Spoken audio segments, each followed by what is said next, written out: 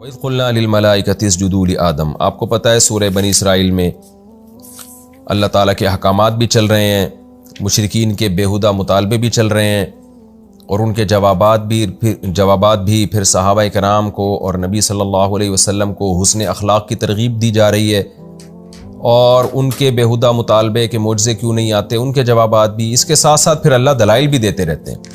تو ان دلائل میں سے اللہ تعالیٰ نے آگے دلائل دیے، لیکن جو آدم علیہ السلام اور شیطان کا واقعہ جو بہت دفعہ بیان کیا ہے، اس واقعے کو بھی اللہ تعالیٰ نے یہاں مکرر بیان کیا تاکہ لوگوں کو پتہ چلے کہ یہ جو مشرکین اور جو کافر اتنی ہٹ دھرمی اور ضد کا مظاہرہ کر رہا ہے، تو یہ بات بھی پہلے سے طے شدہ ہے۔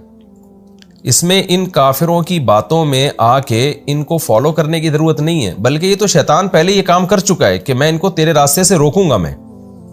تو یہ دلائل کی قوت کی بیس پہ نہیں کافر ایمان کا انکار کر رہے، یعنی ایسا نہیں ہے کہ اسلام کے دعوے میں جان نہیں ہے، بلکہ یہ شیطانی اثرات ہیں، اور شیطان تو بہت پہلے سے انسان سے حسد کرتا ہے، اور اس نے کہا تھا کہ میں اکثریت کو جہنم کا ایندھن بناؤں گا۔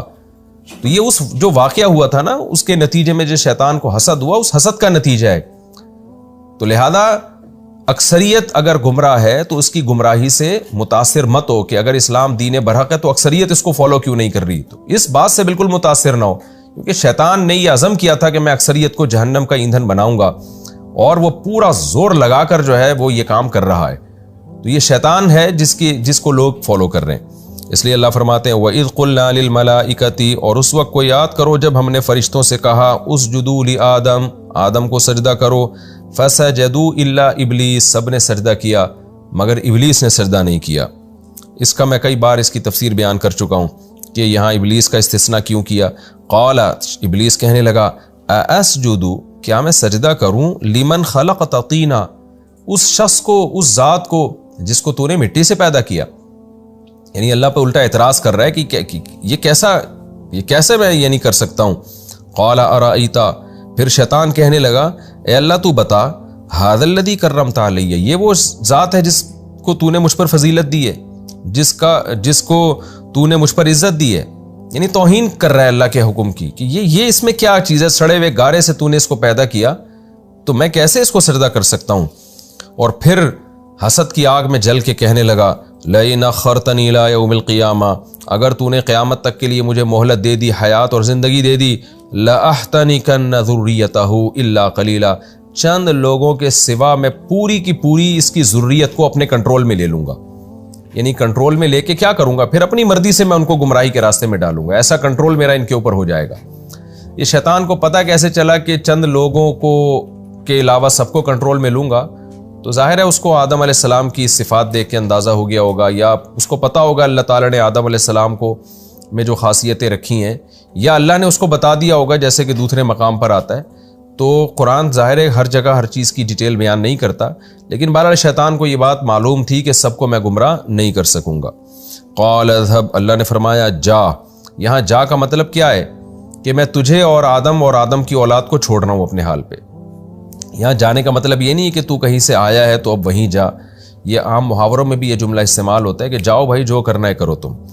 فمن تبعک منہم، لیکن میں بھی تجھے بتا دوں، اللہ نے کہا جو بھی تیری اتباع کریں گے فإن جہنم جزاؤکم جزاء موفورا، تو بے شک تم سب کا بدلہ جہنم ہے، اور پورا بدلہ ہے وہ۔ کیا مطلب، تیرا بھی پھر بدلہ جہنم کی آگ ہی ہے، تجھے بھی نہیں چھوڑوں گا میں، اور جو تیری باتوں میں آئیں گے ان کو بھی نہیں چھوڑوں گا میں، تو تم سب کے لیے ایک جیسی وعید ہے۔ وَاسْتَفْزِزْ مَنِ اسْتَطَعْتَ مِنْهُمْ بِصَوْتِكَ، اور تو اب کیا کر، پورا زور لگا دے آدم کی اولاد کو گمراہ کرنے کا۔ اب یہ مقابلہ ہے تیرے اور آدم کی اولاد کے درمیان، کہ جو میری مان کے چلیں گے، یعنی میرا اور گویا تیرا مقابلہ ہے، جو مجھ پہ توکل کریں گے ان کی میں مدد کروں گا، اور جو تیری مان کے چلیں گے وہ جہنم میں جائیں گے۔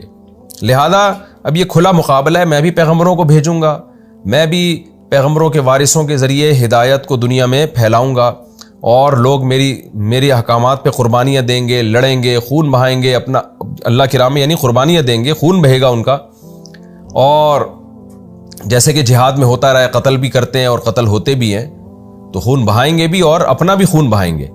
تو دونوں طرف جیسے جہاد میں ہمیشہ سے ہوتا رہا ہے اللہ کے لیے لڑنے والوں کا جو طریقہ رہا ہے، صحابہ کرام نے جیسے بڑی بڑی قربانیاں دی، تو اور تیرے فالوورز بھی تیری باتوں میں آئیں گے، وہ دلائل کی دنیا کو ایک طرف رکھیں گے، خواہشات کی اتباع کریں گے.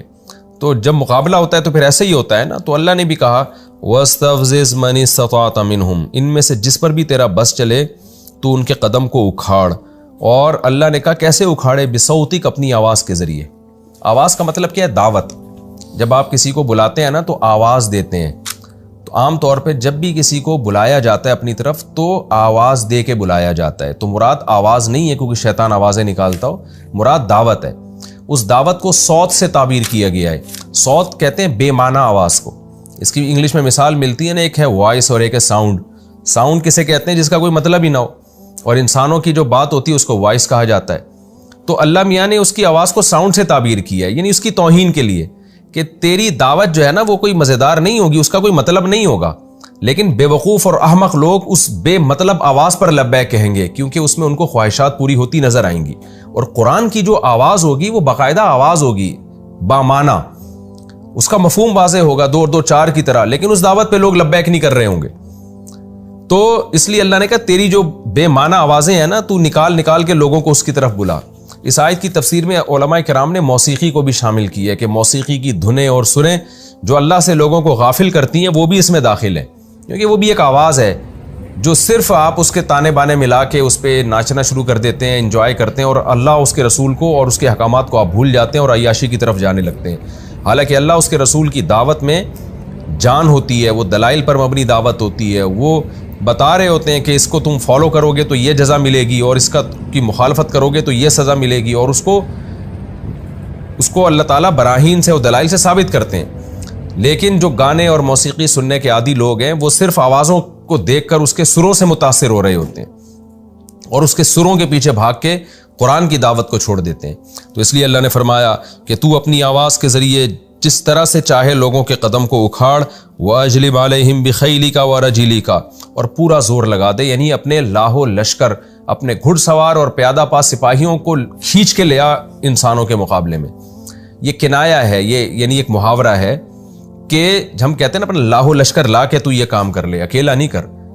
تو اللہ نے بھی شیطان کو گویا قیامت تک کھلی مہلت دے دی کہ تو پورا زور لگا دے، جس طریقے سے گمراہ کر سکتا ہے لوگوں کے دلوں میں وسوسے ڈال کے اور دنیا کو مزین کر کے اور کس مختلف طریقوں سے. وَشَارِكْهُمْ فِي الْأَمْوَالِ وَالْأَوْلَادِ، اور ان کے مالوں اور اولاد میں بھی شریک ہو جا. کیا مطلب مال میں شرکت کیا ہے؟ کہ مال جو اللہ کے قرب کا ذریعہ تھا، جس کو جتنی زیادہ نعمتیں ملیں اس کو تو چاہیے نا کہ اللہ کا اتنا شکر ادا کرے، بھائی اللہ نے مجھے مال دیا تو مال میں بھی شرکت کر لے. کیا مطلب؟ ان کا مال ان کو گمراہ کرنے کا ذریعہ بنا دے. اور اولاد میں بھی شرکت کر. اولاد ملنے سے ہونا تو یہ چاہیے تھا کہ اللہ کی نعمت ہے تو ہم اور اللہ کا شکر ادا کریں، لیکن اولاد میں بھی تو اپنا حصہ ڈال دے. کیا مطلب؟ یہ اولاد بھی گمراہ کرنے کا ذریعہ بن جائے. کتنے لوگ اپنی اولاد کی وجہ سے سیدھے راستے سے ہٹ جاتے ہیں. وَعِدْهُمْ، اور ان سے وعدے بھی کر. کیا مطلب؟ برائی کے راستے پہ ڈال کے نا لمبی لمبی امیدیں دلا ان کو، وعدے کر کہ تم یہ گناہ کرو گے تو یہ فائدہ ہوگا، اس سے ڈپریشن ختم ہوگی. آپ دیکھ لیں ہر گناہ کے پیچھے یہی ہوتا ہے کہ انسان اس کو غلط قسم کے تانے بانے ملا کے نا اس گناہ میں پڑ رہا ہوتا ہے.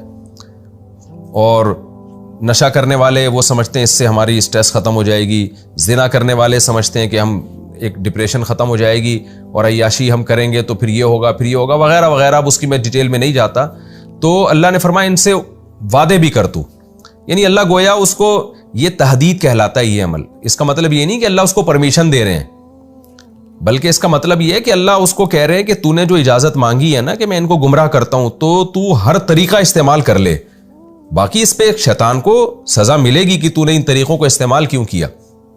اس کی مثال ہے جیسے کوئی آپ کو دھمکی دے رہا ہو نا کہ میں تجھے قتل کر دوں گا، تو آپ کہتے ہیں بھائی تو جو کر سکتا ہے کر لے. تو یہ پرمیشن نہیں ہوتی کہ میری طرف سے اجازت ہے. مطلب یہ کہ میں تجھ سے ڈرنے والا نہیں ہوں، اگر مقابلہ ہے تو پھر کر کے دیکھ، صحیح طرح سے کر.